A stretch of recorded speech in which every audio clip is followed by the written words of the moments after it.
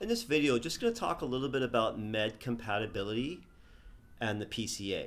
So that's the patient controlled analgesia system. So here we have a patient who's hooked up to a PCA. And in terms of med compatibility, we have at least three meds we have to consider. So first of all, we have the med that's actually within the PCA itself. So it could be hydromorphone, for example. So that's med number one.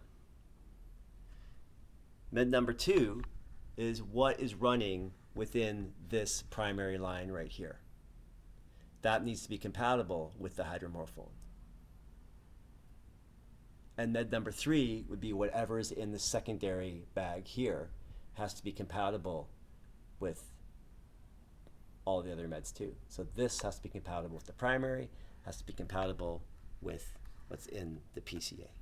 So all three meds have to be compatible with each other.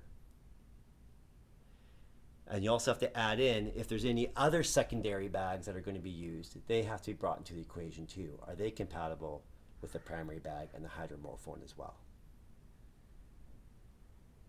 The reason for this is that if you look at your system and you follow the line down in your system to the patient, what you're going to find is that the line coming out of the PCA and going into the peripheral IV site, this is it. So this is where the hydromorphone's running through.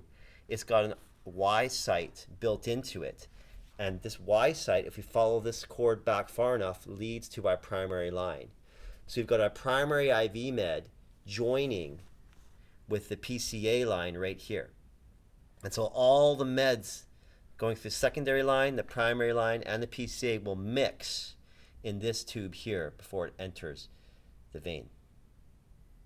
And so med compatibility for any meds running through this system has to be checked and verified.